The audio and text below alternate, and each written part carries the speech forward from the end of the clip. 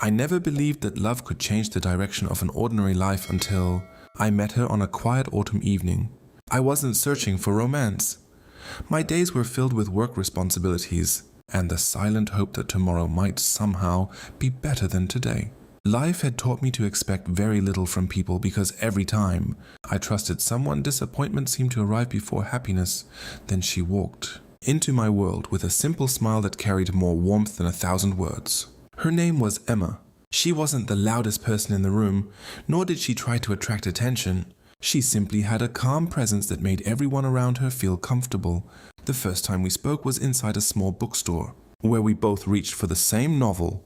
We laughed awkwardly, and instead of arguing over who should take the book, we sat in the cafe next door and talked for nearly 3 hours. Our conversation flowed so naturally that it felt as though we had known each other for years. We shared childhood, memories, dreams we had never told anyone else, and fears we tried to hide behind our smiles. Before leaving, we exchanged phone numbers without knowing that one small decision would slowly transform both our lives. Days turned into weeks, and weeks became months. Every morning began with a message from her, and every night ended with a conversation that neither of us wanted to finish. She celebrated my smallest achievements as if they were her own, and she reminded me that even difficult days would eventually pass. For the first time in my life, I felt truly understood. One evening, we watched the sunset from a hill overlooking the city. The sky was painted in shades of orange and purple, and a gentle breeze carried the scent of fresh rain. She looked at me and quietly said, "Do you ever wonder if some people are meant to find each other no matter how long it takes?" I smiled and answered, "Maybe we're living proof of that." She held my hand, and in that moment, silence spoke louder than any confession. As time passed, our relationship grew stronger. We explored new places together, laughed at silly jokes, cooked meals that rarely turned out as planned, and created memories from the simplest moments. We didn't need expensive vacations or luxurious gifts.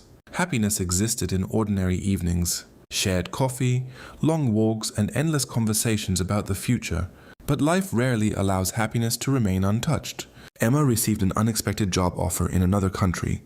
It was the opportunity she had dreamed about for years, yet accepting it meant leaving everything behind, including me. The night she told me, tears filled her eyes. "I don't want to lose you," she whispered. I wanted to ask her to stay. Every selfish part of me begged for those words to leave my mouth instead. I looked into her eyes and said, "If this is your dream, you have to follow it. Love should never become a prison." She cried as she hugged me, and I silently wondered whether I had just made the bravest decision of my life or the biggest mistake. The airport goodbye remains the hardest moment I have ever experienced. Watching someone you love disappear beyond the security gate feels like watching a piece of your own heart walk away. I smiled until she was out of sight because I wanted her. Last memory of me to be filled with strength, rather than sadness. The moment she disappeared, I broke down. Long-distance love was far more difficult than either of us expected. Time zones separated our mornings and nights. Busy schedules shortened our conversations. Sometimes we waited hours just to hear each other's voice for 5 minutes. There were days when loneliness became almost unbearable. People around me often said long-distance relationships never last. Their words slowly planted seeds of doubt inside my mind. One evening, Emma missed our usual call because of work. Another evening turned into 2 days without hearing from her. My imagination created stories that reality never had.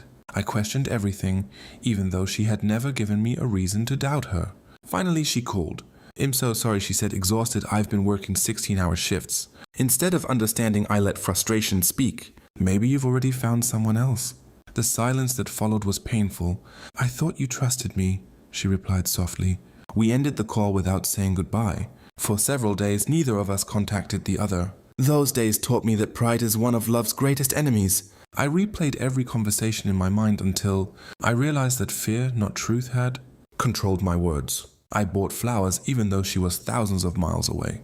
I took a picture of them, wrote a long letter apologizing for my doubts, and sent it.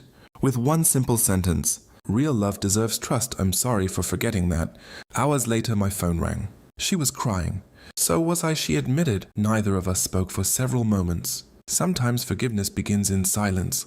From that day forward, we promised never to let fear speak louder than honesty. The following year tested us even more. My father became seriously ill, and I spent countless nights at the hospital. Emma wanted to return immediately, but her work contract prevented her from leaving. Every night she stayed awake despite the time difference just to keep me company while I sat beside my father's hospital bed. She reminded me to eat when I forgot. She reminded me to sleep when exhaustion overwhelmed me. Most importantly, she reminded me that I wasn't facing life's hardest moments alone. My father eventually recovered. Before leaving the hospital, he looked at me and quietly asked, "Is she the one?" Without hesitation, I answered yes. He smiled. "Then don't let distance convince you otherwise." Months later, Emma finally returned home. I waited at the airport carrying the same novel that had brought us together years earlier. When she walked through the arrival gate, everything around us seemed to disappear. No dramatic speeches were necessary. She ran toward me. I hugged her as tightly as I could, afraid that letting go might somehow make her disappear again. "I missed you," she whispered. I counted every day. We spent the next several weeks rediscovering ordinary happiness. One rainy afternoon, we revisited the little bookstore where our story had begun. The owner recognized us immediately. "You two found your happy ending?" he asked with a smile. I looked at Emma. She smiled back. "We're still writing it." I reached into my pocket and took out a small velvet box. Her eyes widened. Right there between shelves, filled with thousands of stories, I knelt on one knee. "Every chapter of my life became brighter because you were in it. You've shown me that love isn't about perfect days. It's about choosing each other even. When life becomes difficult, will you marry me?" Tears streamed down her face before she could answer. "Yes," she whispered. Then she laughed through her tears. "Of course, yes."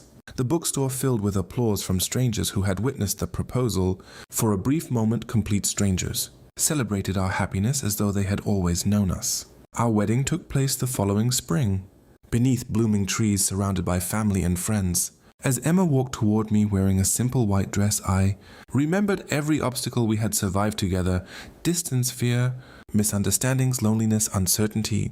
None of those challenges had defeated us, because every time life pushed us apart, we made the decision to move toward each other instead. Marriage didn't magically remove every difficulty. We still disagreed sometimes. We still faced stressful days, unexpected problems, financial worries, and moments of exhaustion. But we learned something more valuable than perfect happiness. Love is not found in never arguing. Love is found in choosing respect when emotions run high. Love is found in staying when leaving seems easier. Love is found in listening before judging. Years later, we often returned to the same hill where we had once watched the sunset together. One evening, our young daughter asked, "How did you know you were meant to be together?" Emma smiled at me before answering. "We didn't know." Our daughter looked confused. "You didn't?" I laughed softly. "No, we simply kept choosing each other every single day." The sun slowly disappeared beyond the horizon just as it had years earlier. I held Emma's hand exactly the way I had on that unforgettable evening. Time had changed our appearance. A few gray hairs had appeared. A few wrinkles surrounded our smiles. But the feeling remained exactly the same. Looking at her, I realized that real love isn't measured by grand gestures or fairy tale moments. It's measured by thousands of quiet decisions, made every single day to forgive, to trust, to stay, to support and to believe in each other even when life becomes uncertain. Some people spend their entire lives searching for perfect love. I learned that perfect love doesn't exist. Real love exists, and real love is more beautiful because it survives imperfect people, imperfect circumstances, and imperfect days. As we walked home hand in hand beneath the evening sky, I silently thanked fate for one ordinary afternoon in a small bookstore when two strangers reached for the same book. Sometimes the smallest moments become the beginning of the greatest love stories.